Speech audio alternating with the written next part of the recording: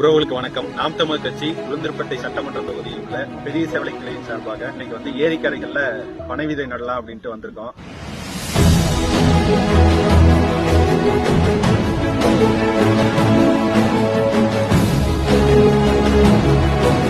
நாம் தமிழர் கட்சி தொடர்ச்சியாக இந்த பனை விதைகள் நடுறதை முன்னெடுத்துட்டு இருக்கோம். அதுல ஒரு பகுதியா தான் இன்னைக்கு பெரிய சேவலை ஏரிக்கரைகள்ல பனை விதை நடலாம்.